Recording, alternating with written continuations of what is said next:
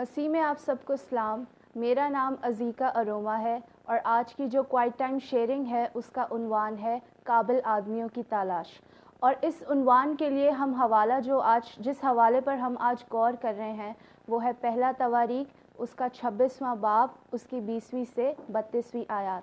ان آیات پر جب ہم غور کرتے ہیں تو ہمیں یہ سیکھنے کو ملتا ہے کہ کس طرح داؤد اور خدا کے معاملات تکمیل میں آئے۔ جو لاوی قبیلے کے کچھ لوگ تھے ان کو مقرر کیا گیا تھا کہ وہ خدا کے خزانوں کی اور جو نظر کا سامان تھا اس کی حفاظت اور دیکھ بھال کریں، اور جو بادشاہ کے دوسرے کام تھے ان کو وہ بھی ذمہ داری سے پورا کرتے تھے۔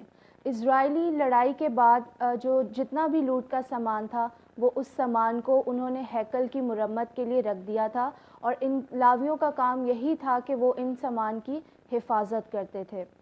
ہم دیکھتے ہیں کہ جب یہ لوگ خدا کے خزانوں کی، خدا کے ہیکل کی حفاظت اور دیکھ بھال کرتے ہیں تو ان کی شخصیت کے بارے میں ہمیں ایک چیز پتہ چلتی ہے کہ ان کے دلوں میں خدا کے لیے محبت اور عقیدت بہت بھری ہوئی تھی۔ جب ہم ماضی کے قابل آدمیوں پر غور کرتے ہیں تو ہم دیکھتے ہیں کہ کس طرح خدا کا پاک روح انہیں گائیڈ کرتا تھا اور ان کے ساتھ ساتھ چلتا تھا۔ کیا ماضی کے قابل آدمیوں کی طرح آج ہم میں بھی ویسی قابلیت ہے، ہم میں بھی ویسی محبت ہے، یا ہم میں بھی ویسی عقیدت ہے کہ ہم خدا کی خزانوں کی حفاظت کرتے ہیں؟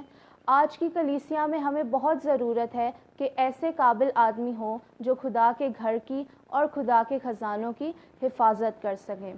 خدا نے ہمیں بہت سارے خزانوں سے نوازا ہے، لیکن کیا ہم ان خزانوں کی حفاظت کر سکتے ہیں؟ ہم قابل کب بنتے ہیں؟ قابل بننے کے لیے سب سے پہلی بات تو یہ ہے کہ ہم خدا کے پاک روح کی گائیڈنس کے ساتھ چلنے والے ہو سکیں۔ جب ہم یسوع کو قبول کرتے ہیں تو ہم یسوع کی طرح پاک ہوتے ہیں اور ہم اسی راہ پر چلتے ہیں۔ تو جب ہم اپنے گناہوں کا بھی اقرار کرتے ہیں تو یسوع ہمیں اتنا قابل بنا دیتے ہیں کہ ہم اس کے خزانوں کی، خدا باپ کے خزانوں کی حفاظت کرنے والے بن جاتے ہیں۔ آئے ہم اپنی زندگیوں پر غور کریں کہ جو خزانے خدا نے ہمیں دیے ہیں کیا ہم ان کی وفاداری کے ساتھ حفاظت کرتے ہیں یا نہیں کرتے۔